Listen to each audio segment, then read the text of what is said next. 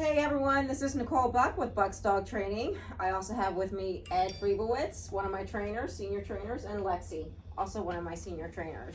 So I wanted to have a discussion today about puppies because we just got through Christmas and I'm sure there were a lot of puppies purchased, as well as a lot of puppies that have been adopted through this whole COVID experience that we've all gone through. So what are some of the do's and don'ts of having a puppy, bringing a new puppy in your home, potty training, socialization, and of course training. So we're going to have a little discussion here and now. We're going to answer some common questions that we hear every day. And then if you have additional questions, please post it in the comments and one of us will get back to you with some answers. If you'd like to reach out to us and schedule some lessons, absolutely give us a call. So I'm going to go ahead and get started. We consider a puppy to be, first and foremost, any dog that is from 0 to about 5 months.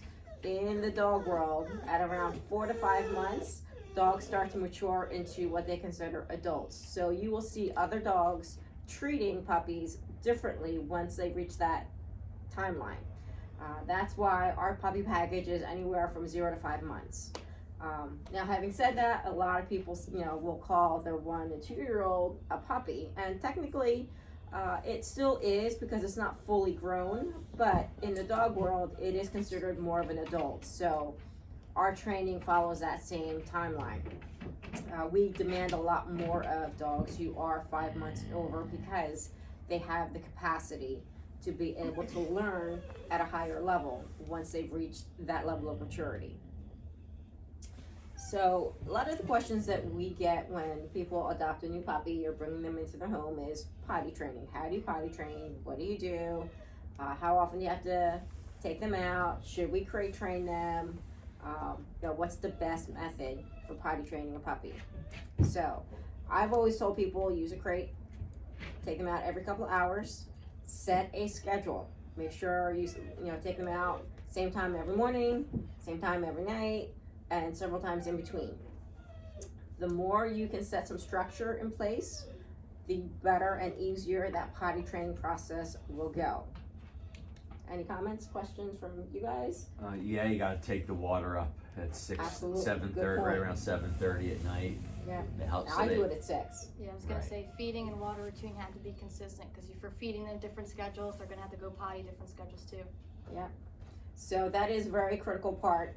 You do not want to be feeding your puppy at 8 o'clock at night because then you're going to be up at 2, 3, 4 o'clock in the morning letting your puppy out. So good rule of thumb, water and food up by anywhere from 5 to 7 o'clock at night.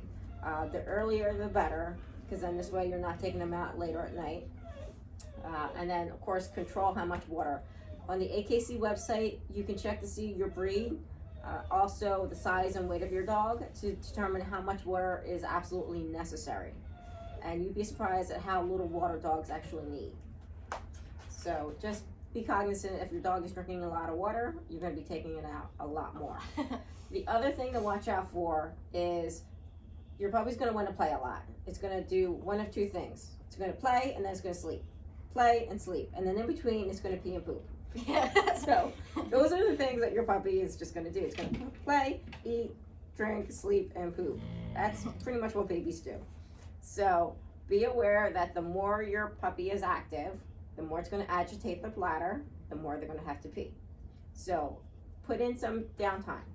Make them rest for about an hour to 2 hours in between playtimes and feeding so that they learn how to be calm. That's going to be very important as they grow older, because you don't want a spastic puppy who just is go, go, go, go, go all the time. And we got a lot of dogs that are like that. They've never learned how to be calm. It's never been trained. It's never been required. So if you start that process early on, it'll be a lot easier to have a calm puppy who you can control a little bit better and who will actually be a pleasant companion instead of one that you have to entertain 24/7. Any other comments about potty training? I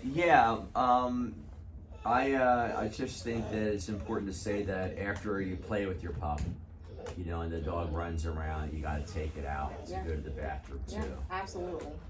Yeah, the more that your puppy is moving around and you're playing with it, start that that process, get it ingrained. Every time after a play session, take it out. And then if it's gone potty, you can give it a little bit more free time, but make it rest. And then put them in a crate. If it didn't go potty, put them right in a crate. That's the other question we get asked a lot. Well, what if it doesn't go out, and do its business? Put it in a crate. Then you can bring it out about a half hour later, see if it'll go potty. If it doesn't, right back in the crate until it goes potty. Then it learns. It only gets freedom once it's done its business outside, and now they get to play a little bit too. We should probably mention the size of the crate. Yes, absolutely, good point. So the size of the crate should be relatively small.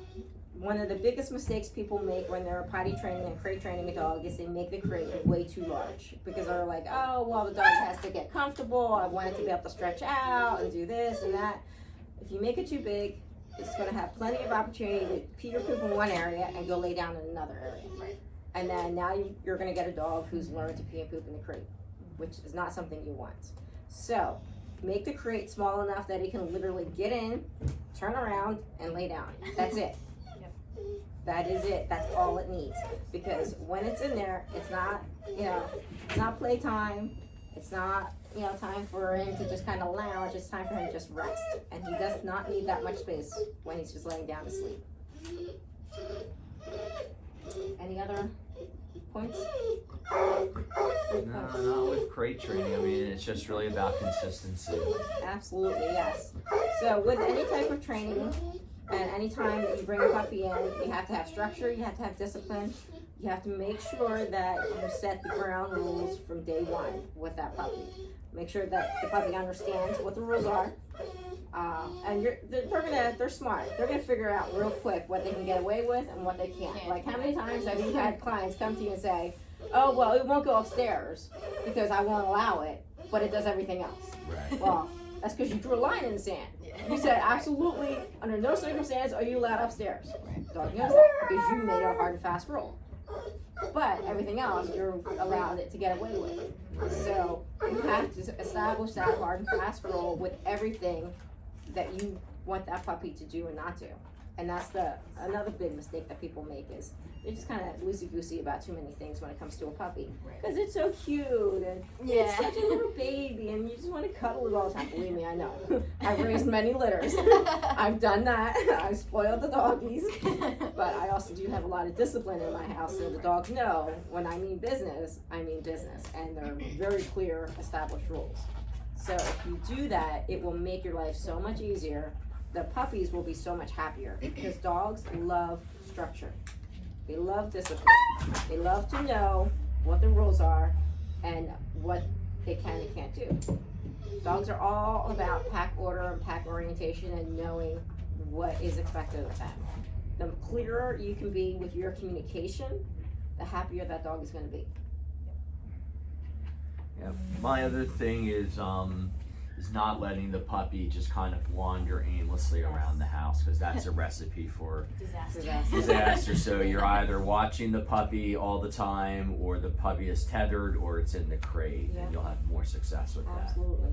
So I always like to give people like real life examples. So for instance, would you allow an infant to kind of wander around your house unsupervised? Absolutely not. A toddler, like a 2-year-old toddler who can get into things and eat things and destroy things. I mean, that's basically what you're doing. You're allowing a toddler, because that's what a puppy is basically, except they can be a little bit more destructive, basically to have free reign, unsupervised. They can get into all sorts of things. They can eat all sorts of stuff. They can destroy things. They can eat things that will cause them to die, unfortunately. So, think of a puppy like a toddler. Don't leave a toddler unsupervised. Don't leave a puppy unsupervised. It's just common sense. But that's a good point. So we've talked about potty training, crate training, establishing rules and boundaries with a puppy coming in. Training, a lot of questions that I get from people is, when is it too early to start training? When should I start training? What's a good time to start? And then coinciding with that is, well, the vet says, dogs shouldn't go out because it's not fully vaccinated. We don't want it to get sick from picking up germs and viruses and what have you. The thing with that is, and my stance is, I'm not going to gainsay what a vet says. but at the same time, they're not a trainer. And understanding the development of a puppy into a dog, all of the fears and phobias that can develop, the personality issues that can happen without proper socialization, having the proper socialization is critical. And I will say it is critical, almost more critical than getting a dog vaccinated and protecting it that way, because you can still protect it while socializing it. Sure. Absolutely. You know, don't take it to a dog park. Don't take it to an area where you know a lot of dogs have been that may or may not be vaccinated. Yeah. Bring it to a safe area, like a dog training center where you know it's private lessons, where you know that they keep the facility clean, where you know all the dogs that come into that facility have been vaccinated. Take it to friends where you know their dogs are vaccinated. Right. You know, Exactly. Yeah. So it's important to have that socialization. Take it to a store, but don't let it go on the floor. Carry it the whole time. Right. Yeah. Or only allow certain people to pet them, or don't allow anyone to pet them. As long as they get to see and hear and be in different environments, it's very, very critical to their development. It really, really is. And I can't stress that enough, because dogs that are not properly socialized, we get them in here, even 5-6 months to a year, and then some dogs we get in at like 5-6 years, they have such anxiety that they're on medicine for it.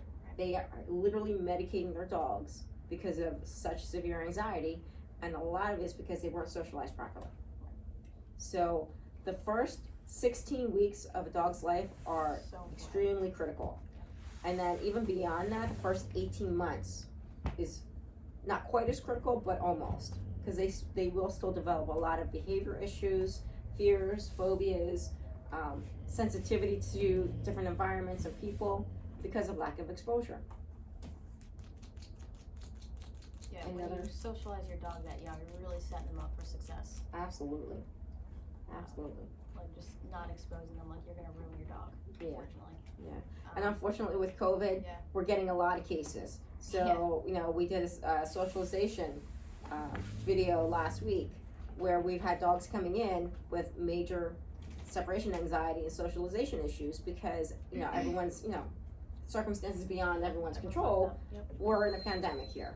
You know, everyone's had to stay at home, no one's been able to go out and socialize. And dogs, just like humans, are very social creatures. Yep.